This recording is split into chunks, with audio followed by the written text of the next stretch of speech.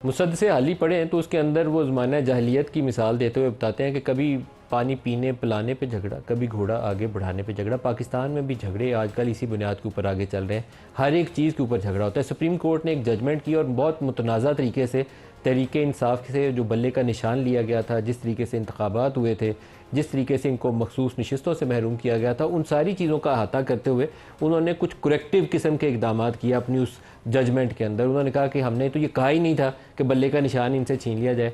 Pakistan Tehreek Insaf as party पहले भी exist करती थी और अब भी एग्जिस्ट करती है, तो मौका दिया गया तहरीक इंसाफ वालों को कि अगर वो PTI के अंदर सारे ज्वाइन करना चाहते हैं तो कर लें, उसी बुनियाद के ऊपर मखसूस नशिस्तें मिलेंगी।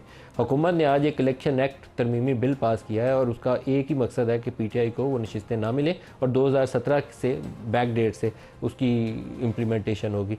तो लतीफ़ खोसा साहब, ये टकराव वाला रास्ता कभी फ़ौज के साथ होगा, कभी अदलिया के साथ होगा, कभी पार्लिमान के साथ होगा। पाकिस्तान आगे नहीं चलेगा, हम नहीं चलेगा, हम टकरे मारते रहेंगे।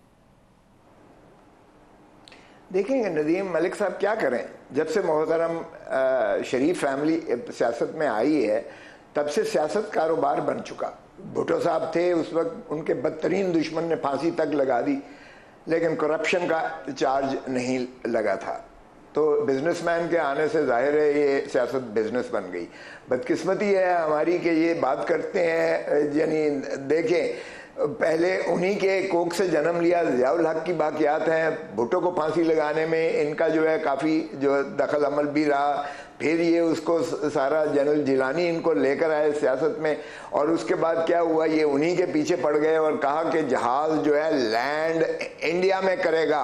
हमारा आर्मी चीफ जो है जनरल परवेज़ मुशर्रफ, उसको लैंडिंग की इजाज़त जो है पाकिस्तान की सरजमीन पर नहीं थी। और जब पायलट ने कहा जी हमारे पास फ्यूल इतना नहीं है, 250 बंदा जो है मर जाएगा, तो उसने कहा मरता है मरता रहे, इंडिया में उतार दो इस जहाज़ को, इंडिया में उतार दो इस जहाज़ को। तो ये तो माशाअल्लाह हमारे गुजरावाले में मैं मौजूद था, जो कुछ इनके शुभ ख्यालात थे माशाअल्लाह। और आज वही जो है ब्लू आइड मंजूर नज़र है, आज उनको सज़ा याफ्ता होने के बावजूद उनको जिस तरह रेड कारपेट दे के लाया गया, यहाँ पाकिस्तान में लाया गया, और एम्बेसडर जिसका काम था कि वो उनको गिरफ्तार करके डिपोर्ट करके अडियाला जेल में पहुँचाता, रेड कारपेट दे के उनको बिठाया। और जब वो माशाअल्लाह इस्लामाबाद एयरपोर्ट पर आए तो बायोमेट्रिक मशीन चल के जा रही है, जबकि हमारे जो है कायद को आज ही के दिन यानी 5 अगस्त को ही उन्हें जो है ये हाई कोर्ट की प्रेमिसेस में से, high court Islamabad high court की प्रेमिसेस में बायोमेट्रिक कमरे में जब वो मौजूद थे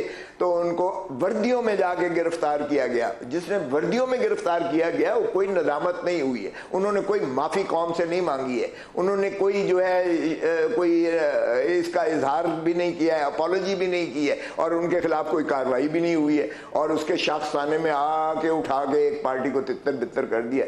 तो ये बहानेबाजी को बंद कर दें, सीधा सीधा कहें कि भाई हमें गुलाम चाहिए और गुलामी ही आपका मुकद्दर है पाकिस्तान का। पाकिस्तान इसलिए आज़ाद हुआ था कि जो है खाकी उससे कैप, खाकी उससे हैट से हम खाकी वर्दी की गुलामी में चले जाएं। देखें ये पाकिस्तान कायदे आज़म का इसलिए नहीं बना था जहां आज़ादी मफकूद हो, जहां माँ बहन की इज्जत भी वो जो है महफूज ना हो, जहां चादर चार दीवारी महफूज ना हो, जहां हर ज़िले पर जो है सेक्टर कमांडर, ब्रिगेडियर, मेजर और कर्नल बैठ के फॉर्म 47 बनाएं और एक पार्टी को कहें कि जलसा नहीं करने देना, और उनकी जो है चढ़ दौड़ें चादर चार दीवारी और ब्लैकमेल करते रहे। वो आप बराह रास्त फौज पे इल्जाम लगा रहे हैं कि फॉर्म 45 उन्होंने बनाए हैं। आप कह रहे हैं कर्नल और ब्रिगेडियर ने बैठ के तो फॉर्म 45 बनाया, आप बराह रास्त इल्जाम लगा रहे हैं। फॉर्म 47 उन्होंने ही बनाए हैं सर। ये तो मुझे हंस के कहने लगा जो इनके बहुत इस वक्त करते धरते हैं, चीफ विप भी है नेशनल असेंबली में, उसने कहा मैंने कसम खाई कि मैंने कहा जी मैंने नहीं किया। कहता है इसलिए कि मैंने तो फॉर्म 47 बनाया ही नहीं है, बनाने वालों ने बनाया है, मेरी कसम सही थी, सच्ची थी। तो ये तो वो खुद मानते हैं कि फॉर्म 47 को किसने बनाया था, इसलिए कि वो नहीं चाहते थे को और पाकिस्तान तहरीक इंसाफ को लाया जाए। तो ये तो बात एहसन साहब से भी इसका जवाब ले। एहसन साहब, जो आज एक मौका था, आप सुप्रीम कोर्ट की जजमेंट को मान लेते और शायद तहरीक इंसाफ की तलखी भी कम हो जाती, इनको पार्लिमान में आने देते, इनकी रिजर्व सीट्स इनको दे देते, उनका हक था वो। देखिए, मुझे बड़ा अफसोस से कहना पड़ता है कि हम सब अदलिया का बहुत एहतराम करते हैं। पाकिस्तान में जो बुनियादी मसला है वो ये है कि जब भी कोई इदारा अपनी हदूद से तजावज़ करता है तो निज़ाम धर्म भरम हो जाता है। आपको याद होगा कि जब हमज़ा शहबाज शरीफ साहब की हुकूमत पंजाब में ख़त्म की गई तो उस वक्त भी सुप्रीम कोर्ट ने एक ऐसी रूलिंग दी कि जो आइन के साथ मुतसादिम थी। 63 है वो मुतसादिम थी, ये वाली मुतसादिम और नहीं है। नहीं, मैं अर्ज़ करूँ, एक जो आइन का तरीका दिया हुआ था उसको उन्होंने कलअदम कर दिया। अमलन उस जजमेंट के बाद अब किसी भी वज़ीर आज़म के ख़िलाफ़ कोई अगर सिंगल पार्टी गवर्नमेंट हो तो आप अदम एतमाद नहीं कर सकते, ठीक है ना। और उसकी रिव्यू पड़ी है, उसकी रिव्यू भी नहीं देखी उन्होंने, क्योंकि मकसद ये था कि PTI की हुकूमत में खलल ना पड़े। अब ये भी जो जजमेंट है इसमें बहुत से सीनियर कानूनदान ये बात कह चुके हैं कि ये एक्सीड करती है कॉन्स्टिट्यूशनल लिमिट से। मिसाल के तौर पे देखिए, आइन और कानून क्या कहता है। आइन और कानून बड़ा वाज़ेह है कि आपने कुछ जो कवानीन है उनको फॉलो करना है। अब ये मैं आपको दो मिसालें, सर वो आइन और कानून कहाँ सोया हुआ था जब PTI से बल्ले का निशान छीना गया था? दो मिसालें देता हूं। माजरत के साथ सुन लीजिए, नाइंसाफी थी, PTI से बल्ले का निशान छीना।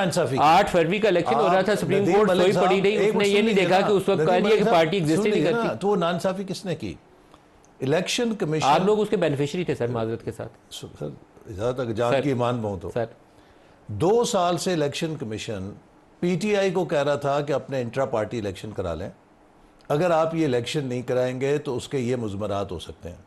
उन्होंने मुतअद्दिद बार इलेक्शन कमीशन ने PTI को खतूत लिखे, रिमाइंडर्स दिए कि यू आर वायलेटिंग और आप ये जो कानून की खिलाफ वर्जी कर रहे हैं इसका आपको ये मुज़मरात होंगे। अगर 2 साल तक इन्होंने उसके ऊपर कान नहीं धरा तो आप मुझे बताइए कि क्या इलेक्शन कमीशन का कसूर था या PTI का कसूर था? अच्छा, इसी तरह इलेक्शन का ने अभी अपनी मुझे बात खत्म कर लेना देना। उन्होंने कहा कि उनकी जजमेंट की गलत इंटरप्रिटेशन की है। प्लीज डोंट इंटरप्ट ना करें बात है। इसी तरह इनका जो एक दूसरा बड़ा तनाज़ा था, इन्होंने कहा जी कि जब इलेक्शन जो है उसको क्यों ताख़ीर की गई मरदमशुमारी की वजह से। मरदमशुमारी का फ़ैसला कब हुआ? ये 2018 में हुआ। उस वक्त हुआ कि जब 2017 की मरदमशुमारी पे सिंध की हुकूमत ने इतराज़ किया और उस वक्त फिर ये तय हुआ, चूँकि इलेक्शन होने थे, कि अबूरी तौर पर हम इस मरदमशुमारी के तहत 2018 के इंतखाबात करा देते हैं, लेकिन अगले इलेक्शन से पहले नई मरदमशुमारी की जाएगी। आप मुझे बताइए कि 4 साल तक PTI की हुकूमत उस मरदमशुमारी पे बैठी रही। अप्रैल 2022 में जब हम आए और मुझे ये वजारत मिली, चूँकि ये इदारा मेरे तहत था, हमने ये डिजिटल मरदमशुमारी करनी थी। हालत ये थी कि जो टैब्स एक्वायर करने थे वो टैब्स तक एक्वायर नहीं हो चुके थे, ना उसका कोई बंदोबस्त किया गया था। हमने उस वक्त हंगामी बुनियादों पर टैब्स की 1.25 लाख से ज़्यादा लेने थे, वो आपको कहीं इकट्ठे नहीं मिल सकते थे, वो शुरू किए। चूँकि डिजिटल मरदमशुमारी थी, आपने 1.25 लाख से ज़्यादा लोगों को आपने तरबियत देनी। मेरे कहने का मकसद ये है कि उससे पहले 4 सालों में अगर ये सब कुछ कर चुके होते और मरदमशुमारी टाइम पे ख़त्म हो गई होती तो शायद हमें इल्तवा इलेक्शन का ना देखना पड़ता, जिसके ऊपर इनको आपने पार्लियामेंट डिसॉल्व करने से 2 दिन पहले उसकी मंजूरी देकर आपने खुद बुनियाद रखी। नहीं, बात सुनिए, वो काउंसिल ऑफ कॉमन इंटरेस्ट का फैसला था कि जब मरदमशुमारी होगी तो उसी के तहत नया इलेक्शन होगा। अगर आप उसके तहत ना करते तो सिंध का सूबा उस पर इतराज़ कर सकता था कि ये, और सुप्रीम कोर्ट के अंदर पूरा इलेक्शन चैलेंज हो सकता था। तो लिहाजा हमने जितनी जल्द अज जल्द मुमकिन हुआ वो मरदमशुमारी करके उस फैसले को जो इमरान खान साहब ने खुद किया था कि अगला इलेक्शन जो है वो नई मरदमशुमारी पे होगा। अब मैं ये कह रहा हूँ कि 2 साल तक ये सोते रहे, इलेक्शन कमीशन कहता रहा कि इंट्रा पार्टी इलेक्शन कर लो। 4 साल तक ये सोते रहे कि मरदमशुमारी करा लो, नहीं कराई, उसकी तैयारी नहीं की। फिर आप ये मुझे बताएं कि इनको किसने मशवरा दिया था कि अपनी हुकूमतें पंजाब और KP में किसी ने तोप चलाई इसमें थी पुरानी बात में चली गए, अभी पे आ जाएं। हमाकतें अपनी और लतीफ उन खोसा साहब- हमाकतों का इल्जाम आप दूसरों पे लगा देते हैं। साहब, क्या ये एक सस्टेनेबल पॉलिटिकल सिचुएशन लेकिन है एक चीज या और यहाँ सूरत हाल अपनी नदीम साहब, एक चीज और मैं करना है, मैं खोसा साहब से पूछूं एक बात, जी। इन्होंने आप जो पूरा बात टाइम दे दें, आसिफ देखिए, इकबाल साहब को आपके दे दें, सामने वफाकी मिसाल दी वजीर जो हैं, मैंने पूरा कहा टाइम कि इन्हीं को हमारे दे दें। कौमी इदारों कोई के जरूरत खिलाफ नहीं है गोली किसी चला और को लेने की, इनको ये बोलने दें। जो कुछ मेरा हमारे टाइम भी इन्हीं फौज को के दे दें। खिलाफ इस वक्त जो प्रोपेगेंडे की कैंपेन चल रही है, मैं समझता हूं कि ये नदीम मलिक साहब, पाकिस्तान मुझे के क्यों लिया दुश्मनों आपने को प्रोग्राम मवाद में? दे रहे हैं पाकिस्तान की रियासत की खोसा तरफ। साहब, क्या ये एक ऐसी सियासी सूरत हाल है इस वक्त जिसमें हम पाकिस्तान में हैं जो सस्टेनेबल बोलते हो जा या रहे किसी हैं, वक्त इनको भी ये बोलने collapse दें कर भाई, सकती है? बोलने दें। खोसा साहब। देखें, ये जितनी बदनीयती और बददियांती से ये इस वक्त मामूलात को चला रहे हैं, ये पाकिस्तान की तबाही का शाखसाना है। ये जो फैसला इन्होंने लिया है, ये इनके लिए वाटर लू साबित होगा, आप देखिएगा। क्योंकि सुप्रीम कोर्ट के 11 जज साहिबान ने कहा कि हमारी जो फैसले की तशरीह इन्होंने गलत की, हमने कभी पाकिस्तान तहरीक इंसाफ को बैन नहीं किया था। पाकिस्तान तहरीक इंसाफ सियासी जमात थी, सियासी जमात है और सियासी जमात रहेगी, और इसको जो है इनको आज़ाद डिक्लेयर करके बखेर देना हवा में, ये इनके साथ ज्यादती थी। फिर उन्होंने इस चीज का भी, जस्टिस मंदोखेल ने लिखा है और जस्टिस चीफ जस्टिस कादी फाइज ईसा साहब ने अनाउंस किया, उन्होंने इसका भी अहाता किया कि ये एतराज कहना कि जी ये पीटीआई नहीं आई हमारे सामने या जिन्होंने माना नहीं है, मांगा नहीं है, उनको कैसे दे सकते हैं, इसका भी उन्होंने जवाब दिया कि हमारे पास अपील है और अपील एक तसलसल होता है उस ओरिजिनल प्रोसीडिंग का। और ओरिजिनल प्रोसीडिंग ये थी कि इलेक्शन कमीशन ऑफ पाकिस्तान ने पाकिस्तान तहरीक इंसाफ को सियासी जमात मानने से इनकार किया, सो गलती वहां हुई। अब अगर एक इलेक्शन कमीशन ऑफ पाकिस्तान गलती करती है, उसका हम जो है खमियाजा, उसका जो है हम वो इसको नुकसान जमहूर को नहीं पहुंचा सकते। खोसा साहब, आप इस पे सुप्रीम कोर्ट में जाएंगे, क्या करेंगे?